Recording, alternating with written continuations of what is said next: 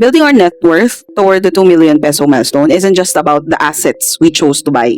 It is heavily determined by the 5 consumer trends we ruthlessly chose to ignore. Yesterday, I shared the 5 things worth buying for me as a mom of 3 and a breadwinner building a 60 million peso portfolio.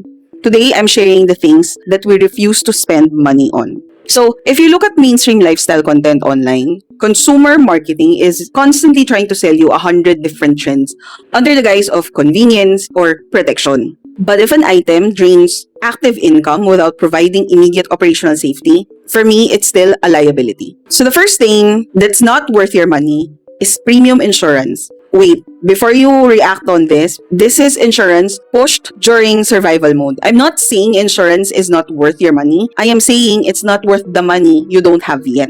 To give you more context, when I was younger, I bought a policy from my college professor. I wasn't financially mature yet, and when the numbers caught up with me, I couldn't sustain it and had to let it go, losing the premiums I had already paid for. But it taught me a vital lesson. Forcing complex, illiquid policies onto your plate when you are still at a stage trying to build your baseline budget to cover your needs is a setup for failure. So again, it's not the actual insurance, it's that buying it before you are ready for it. Second is a car, a purely decorative, non-utility car. Unless the vehicle is actively generating revenue or serving an absolute health defense purpose, a brand new car is a financial black hole for us. It ties up your liquid cash in monthly amortizations, maintenance, and insurance. Since my husband stays home now, long-distance daily commutes aren't a factor. We use a motorcycle for local errands, keeping transport costs low and avoiding heavy car loans. Are we still going to consider a car? Maybe in the future, but for now, it's not worth our money. Third, unnecessary convenience through delivery apps or online shopping. It is very easy to open an app and order anything when you feel exhausted from life. But when you factor in service fees, delivery charges, and hidden markups, you are paying a heavy premium for zero systemic value. Well, unless of course you're really tired and unable to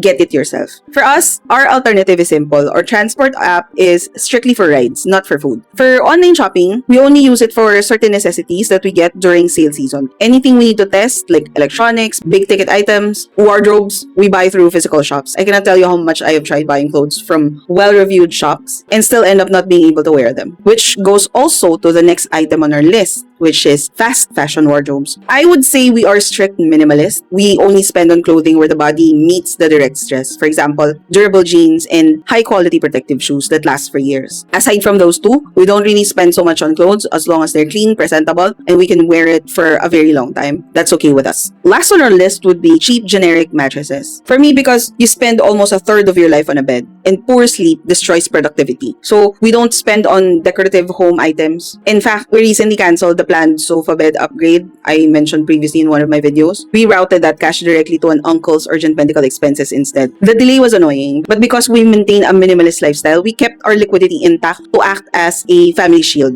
Instead of the sofa bed, we are now considering a larger refrigerator to support our meal planning and optimize our storage, especially when the shops we are buying the meat from are having their sale or something like that. So that's our priority. Always keep in mind that wealth accumulation isn't about deprivation. For me, it's about absolute alignment. When you say no to the noise, you keep your cash liquid enough to protect the people you love when real emergencies hit. If you want to see how we filter our choices and build our system step by step, follow along. That's the update for today, groupmates. See you on the next one.